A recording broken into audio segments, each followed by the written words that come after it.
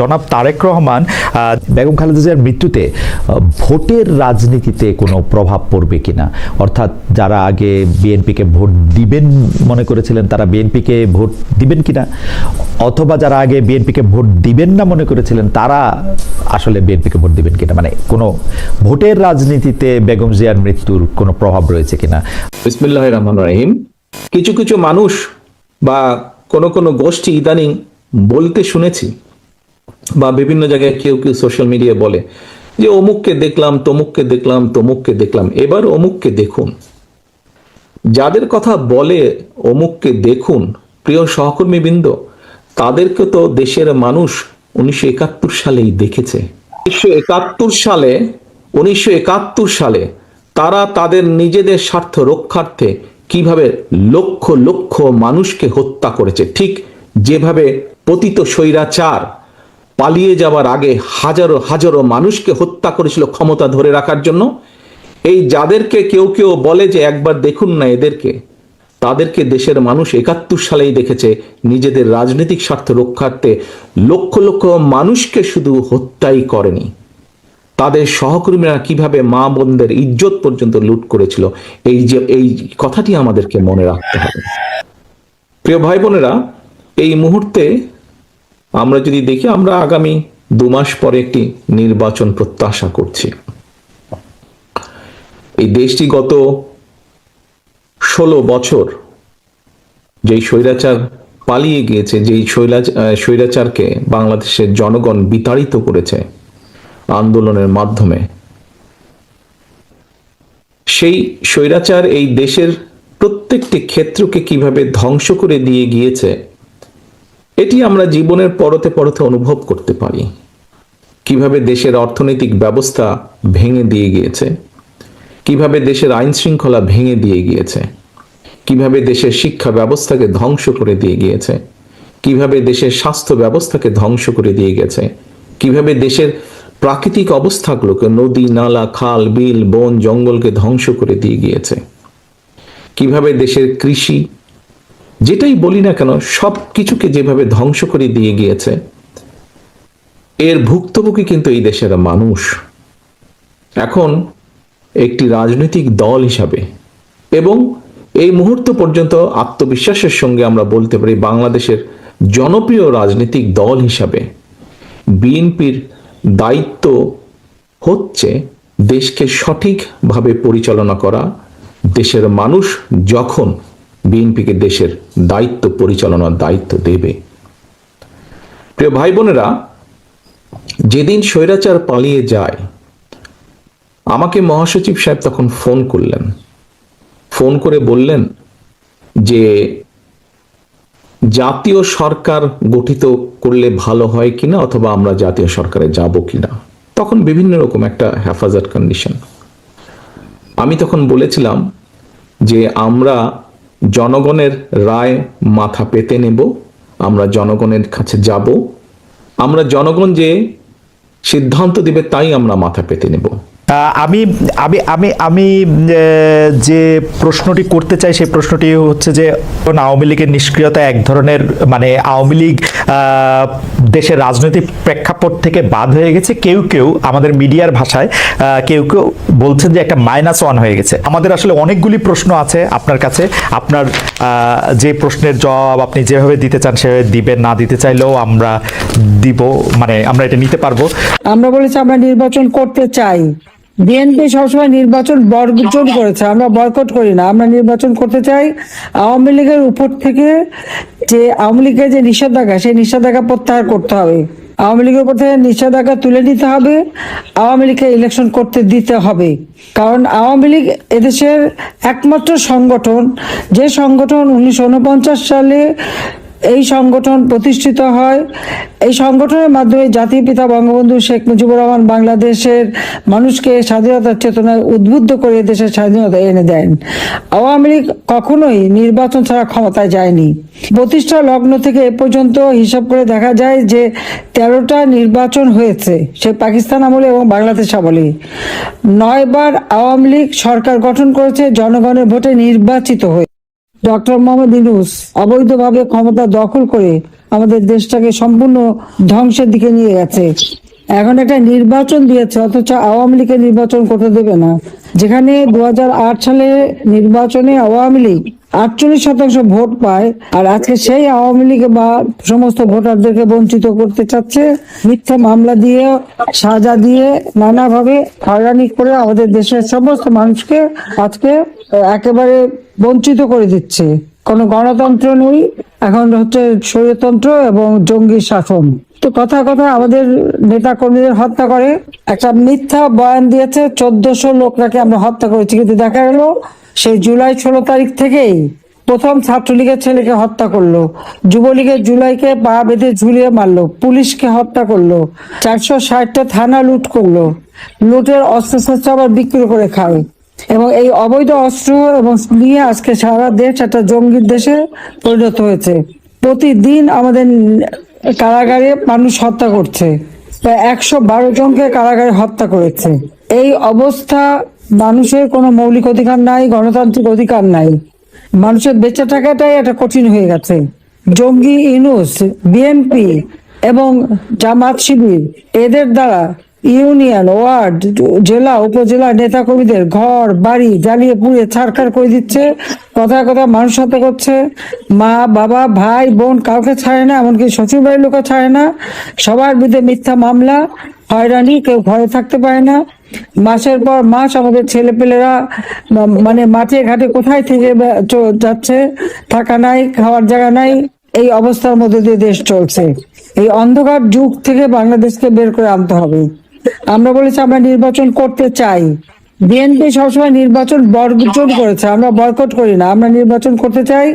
আওয়ামী লীগের উপর থেকে যে আওয়ামী লীগের যে নিষেধাজ্ঞা, সেই নিষেধাজ্ঞা প্রত্যাহার করতে হবে, আওয়ামী লীগের উপর থেকে নিষেধাজ্ঞা তুলে নিতে হবে, আওয়ামী লীগকে ইলেকশন করতে দিতে হবে। কারণ আওয়ামী লীগ এদেশের একমাত্র সংগঠন, যে সংগঠন 1949 সালে এই সংগঠন প্রতিষ্ঠিত হয়। এই সংগঠনের মাধ্যমে জাতির পিতা বঙ্গবন্ধু শেখ মুজিবুর রহমান বাংলাদেশের মানুষকে স্বাধীনতার চেতনায় উদ্বুদ্ধ করে দেশের স্বাধীনতা এনে দেন। আওয়ামী লীগ কখনোই নির্বাচন ছাড়া ক্ষমতায় যায়নি। প্রতিষ্ঠা লগ্ন থেকে এ পর্যন্ত হিসাব করে দেখা যায় যে 13টা নির্বাচন হয়েছে, সে পাকিস্তান আমলে এবং বাংলাদেশ আমলে। 9 বার আওয়ামী লীগ সরকার গঠন করেছে জনগণের ভোটে নির্বাচিত হয়ে। আর অপরদিকে ওই বিএনপি অথবা অন্যান্য দল যা আমরা দেখি, 1975 সালে 15ই আগস্ট জাতির পিতা বঙ্গবন্ধু শেখ মুজিবুর রহমানকে হত্যা করে, এই যে হত্যাকূ ষড়যন্ত্রের মাধ্যমে যে ক্ষমতা দখলের পালা, তারপরে এদেশে মানুষের জীবনে শান্তি ছিল না, উন্নতি ছিল না, অথচ একটা যুদ্ধ বিধ্বস্ত দেশ গড়ে তুলে জাতির পিতা বাংলাদেশকে স্বল্পোন্নত দেশে উন্নীত করে গিয়েছিলেন। তারপর দেখেছেন যে জিয়াউর রহমান ক্ষমতা আসার পর এই জামাত শিবির, যারা পাকিস্তানি হানাদার বাহিনীর দোসর ছিল, আলবদর রাজাকার বাহিনী গঠন করে মেয়েদেরকে সেনাবাহিনী ক্যাম্পে দিয়ে তাদের উপরে নির্যাতন, ঘরবাড়ি লুটপাট, আগুন দেওয়া, পোড়ানো, এই তাদেরকে আবার রাজনীতি করার সুযোগ, ভোটের অধিকার সুযোগ দিয়েছিল। যে গোলাম আজম পাকিস্তানের পাসপোর্ট নিয়ে চলে গিয়েছিল, তাকে ফেরত নিয়ে আসা, অর্থাৎ স্বাধীনতার যে চেতনা, স্বাধীনতার যে লক্ষ্য, 30 লক্ষ শহীদের রক্তের সাথে বেইমানি করে বাংলাদেশটাকে ভিন্ন পথে নিয়ে যাচ্ছিল। আওয়ামী লীগ সরকারে আসার পর বাংলাদেশের মানুষের ভাগ্য পরিবর্তন হয়। 21 বছর পর আবার সরকার গঠন করার সুযোগ পেয়েছিলাম। বাংলাদেশের মানুষের প্রত্যেকটা মৌলিক চাহিদা আমরা পূরণ করেছি, দেশকে উন্নত করেছি, মানুষের জীবনে শান্তি নিরাপত্তা দিয়েছি, জঙ্গিদের দমন করেছি, জঙ্গিদের হাত থেকে দেশকে আমরা রক্ষা করেছিলাম। কিন্তু সেই জঙ্গিদের সাথে নিয়েই ইনুস যে এত মিষ্টি ভালো ভালো কথা বলতো, কিন্তু সে যে একটা চোর, এবং সে যে জঙ্গিদের সাথে নিয়ে চলতো, এবং 6,000 টাকা বেতনের গ্রামীণ ব্যাংকের এমডির হাজার হাজার কোটি টাকার সম্পদ, হাজার হাজার কোটি টাকার সম্পদ দেশে বিদেশে বিভিন্ন জায়গায় কোথা থেকে পেলো সে? এই প্রশ্নের উত্তরটা কখনো কেউ করে না। কেন করেনি আমি জানি না, কিন্তু আজকে যদি আমি দেখি সমস্ত জায়গায় তার কোথায় না সম্পদ আছে। সেই Luxembourg, France, Germany, Italy, Spain, America, পৃথিবীর বিভিন্ন জায়গায় সে সম্পদের পাহাড় গড়ে তুলেছে। কার টাকা? কোত্থেকে পেলে টাকা? 6,000 টাকা বেতনের কর্মচারী এত টাকা আসে কোথা থেকে? কাজে এরা মানুষের রক্ত চুষে খাওয়া আর নিশ্চয়ই কোনো দুই নম্বরই ব্যবসা ট্যাবসাতে আছে, হয় অস্ত্র চোরা কারবারি, নইলে বাংলাদেশে জঙ্গিদের দমন করলাম, সমস্ত চোরা কারবারিদের সে ছেড়ে দিল, যত অস্ত্র চোরা কারবারি, জঙ্গি, সন্ত্রাসী, খুনি, তাদেরকে সব ছেড়ে দিল। ছেড়ে দিয়ে জেলখানা ভরে ফেলেছে আওয়ামী লীগের নেতা কর্মীদের।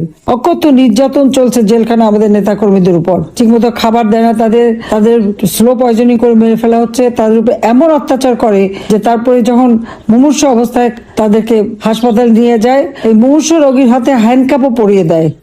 যে হাতে অস্ত্র নিয়ে মুক্তিযুদ্ধ করে দেশ স্বাধীন করেছে তাদের আজকে হ্যান্ডকাপ পরায়। আর যারা এদেশের স্বাধীনতা বিরোধিতা করেছে এবং মা বোনদের পাকিস্তানি হানাদার বাহিনীতে তুলে দিয়েছে, বুদ্ধিজীবী হত্যা করেছে, গণহত্যা চালিয়েছে, আজকে তাদের গলায় ফুলের মালা ওঠে আর আমাদের মুক্তিযোদ্ধাদের অপমাননা করে, সমস্ত স্মৃতির জন্য মুছে দিয়েছে। এই তারেক রহমান 32 নম্বর আগুন দিয়ে পুড়িয়েছে। যুবদলের সেই কি রোমান হাওলাদার, সে প্রথম আগুন দেয়, এরপরে তো ইউনূসের বাহিনী আছেই, তারা যে 32 নম্বর বারবার 32 নম্বরের উপর হামলা, আগুন দিয়ে পুড়িয়েছে, লুটপাট করেছে। ওর ইট কাঠেও তাদের ভয়, কোনো কিছু হলেই সেখানে আগে ছুটে যায়, সেখানে আবার আগুন দেওয়া, আবার ভাঙা, এদের ভাঙার আর শেষ হয় না। বাংলাদেশটাকে ভেঙে দিচ্ছে, দেশের মানুষের জীবনটা ভেঙে তছনছ করে দিচ্ছে। আর 32 নম্বর তো ভেঙেছে এবং মুক্তিযুদ্ধের সব স্মৃতিচিহ্ন। আর আমাদের তো কিছুই নাই, আমাদের যেখানে মানে গণভবন তো এটা তো সরকারি ভবন, কিন্তু আমাদের যা কিছু ছিল সব লুটপাট, মানে আমাদের যেখানে যা ছিল আওয়ামী লীগের প্রত্যেকটা মানুষের বাড়ি লুটপাট করেছে। এরা লুটপাট চুরি ছাড়া আর কিছু জানে না। আজকে নির্বাচন নামে প্রহসন করে তারা ক্ষমতায় যেতে চায়, জনগণের ভোটের অধিকার হরণ করতে চায়। কাজে এই অবস্থা থেকে দেশকে মুক্ত করতে হবে। যে আমাদের কথা স্পষ্ট, আওয়ামী লীগের উপর থেকে এই নিষেধাজ্ঞা প্রত্যাহার করতে হবে, আওয়ামী লীগকে নির্বাচন করার সুযোগ দিতে হবে। আমি ডক্টর ইউনূসকেই চ্যালেঞ্জ করি, সে আসুক না, ইলেকশন করে দেখুক, জনগণের ভোট নিয়ে ক্ষমতা যাক। কাজে এই লোকটা আমাদের দেশটাকে ধ্বংসের দিকে নিয়ে গেল। তার দোসর হলো এই জিয়াউর রহমান, যেটা রেখে গেছে তার সন্তান, যে 17 বছর পর যে মুচলেখা দিয়ে চলে গিয়েছিল জীবনে রাজনীতি করবে না, 17 বছর পরে দেশে ফিরে এসেছে। আর সেই সাথে জামাত শিবির, এনসিপি পার্টি নামে আরেকটি পার্টি, যত জঙ্গি এরা সব এক হয়েছে। কারণ তারা জানে যে আওয়ামী লীগ ইলেকশন করলে জনগণ আওয়ামী লীগকে ভোট দেবে, তাই কিভাবে সে ভোট চুরি করবে এখন সেই তালে আছে। কাজে এই অবস্থার থেকে দেশকে মুক্ত করবার জন্য আমি সবাইকে আহ্বান জানাই, এবং যে যেখানে আছেন আপনারা ওখানে স্থানীয় রাজনীতিবিদ, সরকার, তাদের সামনে তুলে ধরতে হবে যারা কত ফ্রড আর আওয়ামী লীগের নামে মিথ্যা কথা বলেছে। 1400 লোক নাকি আমি হত্যা করেছি, 1400 লোক কোথায় হত্যা করলাম? তারা বললো, জাতিসংঘ আবার সেই রিপোর্ট লিখলো, অথচ দেখা গেল মাত্র 600 জনকে তারা আর্থিক সহায়তা দিয়েছে, প্রজ্ঞাপন জারি করেছে 800 জনের। তো বাকি কারা? আর এই হত্যা তো আমরা করিনি। 15 জুলাই থেকে যত হত্যাকাণ্ড, অগ্নিসন্ত্রাস যারা করেছে সবই তো ইউনূসের বাহিনী, যে ওই জামাত শিবির, এনসিপি সমন্বয়ক, এবং তাদেরকে ইন্ডেমনিটি দিয়েছে। যারা অপরাধী বলেই তো ইন্ডেমনিটি দেওয়া হলো, অপরাধী না হলে তার ইন্ডেমনিটি দিত না। এটা তো বাস্তবতা, এটা সবাইকে মনে রাখতে হবে যে এইভাবে ইন্ডেমনিটি দিয়েছে। আর যত মামলা আওয়ামী লীগ নেতাদের বিরুদ্ধে, কর্মীদের বিরুদ্ধে, এবং সেটা সারা মানে বিশ্ব জুড়ে অপপ্রচার চালাচ্ছে। কাজে অপপ্রচার যাতে না করতে পারে তার জন্য এবং সঠিক তথ্যটা সবাইকে তুলে ধরতে হবে। কাজে আপনারা সবাই ভালো থাকেন, সুস্থ থাকেন। আবার আমি শুভেচ্ছা জানাচ্ছি সবাইকে ধন্যবাদ। ইনশাআল্লাহ এই অন্ধকার কেটে যাবে, বাংলাদেশের মানুষের জীবনে আবার ফিরে আসবে। আমরা 15 বছর 7 মাস একটানা সরকার থেকেছি, বাংলাদেশে আর কোনো সরকার এতদিন থাকতে পারে নাই, যার জন্য আজকের বাংলাদেশ বদলে যাওয়া বাংলাদেশ, উন্নয়নের বাংলাদেশ।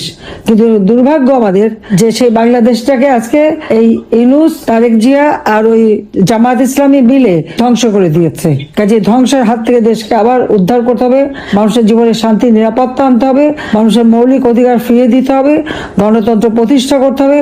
আওয়ামী লীগের সকল নেতা কর্মী এবং 14 দল মুক্তিযোদ্ধা যাদের বিরুদ্ধে যত মামলা দিয়েছে, সেই সাবেক চিফ জাস্টিস থেকে শুরু করে সেনাবাহিনী অফিসার, পুলিশ, তাদের বিরুদ্ধে যত মামলা, সব মামলা প্রত্যাহার করতে হবে এবং সকলকে কারাগার থেকে মুক্ত দিতে হবে। বিনা বিচারে, বিনা কারণে মামলা দিয়ে সবাইকে হয়রানি করা। মোট 10 কাঠা জমির জন্য আমাদের বিরুদ্ধে মামলা দিয়ে 6 বছর 7 বছর করে একজনের শাস্তি দেয়। তো ইউনূসের যে 4080 কাঠা জমি, তার কয়বার শাস্তি হবে সেটা একটু বিচার করে দেখেন। একটা দুর্নীতিবাজ চোর আজকে দেশটাকে ধ্বংসের দিকে নিয়ে গেছে। তো সবাই ভালো থাকেন, সুস্থ থাকেন, ইনশাআল্লাহ।